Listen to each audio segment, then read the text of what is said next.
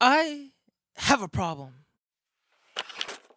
This is my tripod, and it's old, so old that if the concept of years suddenly disappeared, I'd be approximately this tripod old. It does everything that a tripod is supposed to do. It extends, rotates, and is level. Kinda. The problem is that the knob that used to reside right there decided to venture into the lost socks and dropping pencils dimension. After getting my camera, I started using this tripod a lot more, and I've had a few workarounds that did not require the knob, like taping it at my desired height, which worked perfectly until it didn't. My dad then had a brilliant idea of using an ordinary nut and bolt to replace the missing knob, but then that brings me to another problem.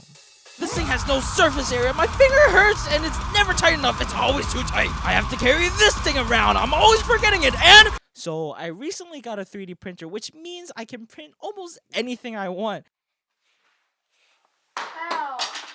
And since the problem now is just a grip on the bolt, I just have to find a design that increases the surface area for my fingers and is relatively ergonomic. So I'm gonna use this turtle. Before I can print this out, I have to modify it a bit, which is just easy boring CAD stuff. I'll just... Supposed to be a wrap, clear backup copy, drill out a center hole, the diameter of the threaded round stock at the depth of the bolt head, plus about 2 to 3 millimeters more, create another copy, then remember that I accidentally deleted the copy, so I'll just go with it. In one of the copies, extrude has gone the size of the bolt head, and in another, cut the body down to the 2 to 3 millimeter to make a cap, while making some clips. Create another copy, add some thickness to the back of the cap, so that there's room to insert. Move the copy onto the first copy and cut it out to create the two-part assembly. and save. After preheating and leveling the bed, I can start print, and we're done. Cleaning it up, break a clip, snap it on, and problem solved.